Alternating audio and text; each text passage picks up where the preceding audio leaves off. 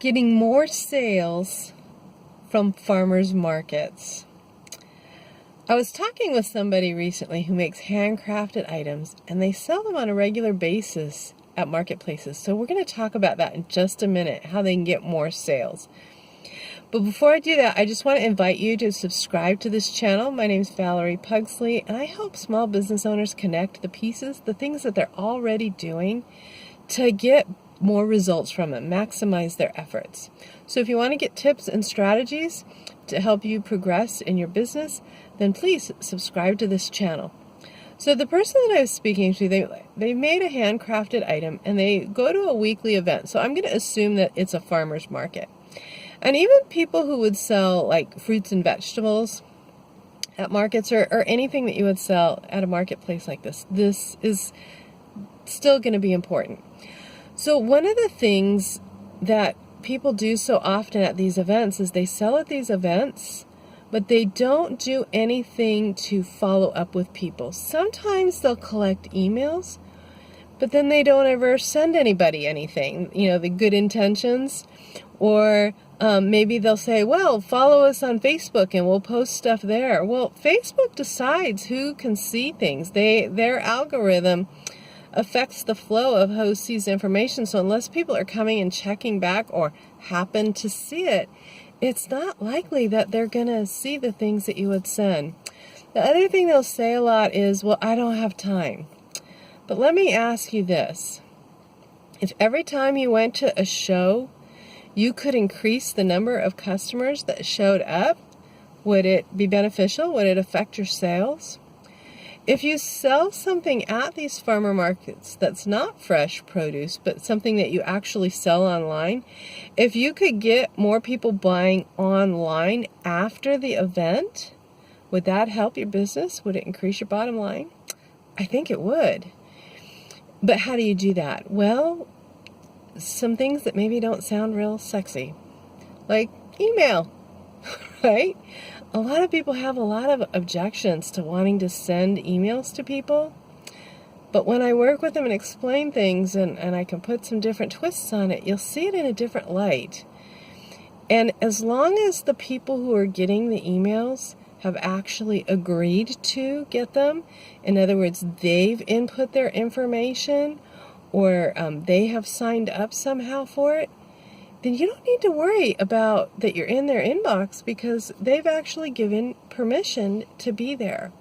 Now, what you do have to be concerned about is what do you send? And this is a problem that a lot of people have. So let's throw some ideas out there of things that you could send. Let's say you sell produce at a farmer's market, right? That's what a lot of people sell there. Maybe you could send out an email beforehand and say, hey, I'm bringing a bunch of a certain type of produce that is looking really good. You could maybe do a video, a Facebook Live of you picking that particular produce or tasting it and explaining why this batch is so good. You don't want to need to do that about everything you take, but something in particular that's especially ripe or especially sweet or is especially good this week. And we're bringing that to the farmer's market this week. So be sure to get there because we're going to sell out fast, right? So sending that to their email. Because maybe somebody happened to your farmer's market and they forgot, but the particular thing that you have, maybe it's summer squash or a certain onion or whatever, they're going to go, oh, that'd be really good. And they see that and then they want to come. Or maybe you hand make things, maybe some kind of a lotion or some kind of oils or whatever it is that you're selling. If you send a tip out as to why this is really good and that you're only going to have this particular thing here this week because you made a batch of it, but once the batch is gone, you're not making any more for a while, so they need to come to get this batch.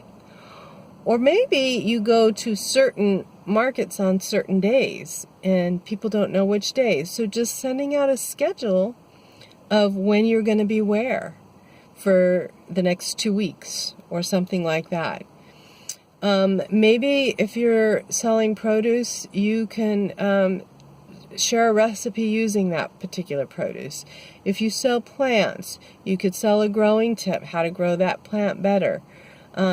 ways to use the product that they haven't seen before, or maybe testimonials from people who have used your products. A lot of different things that you could send that provide value and aren't spammy, and that people will continue to welcome you in their inbox for. If you do this one tip, while it might take a little time to set it up, if you do it consistently and turn it into a habit and make it happen and have a good perspective about it, you will be increasing your sales. I can guarantee it.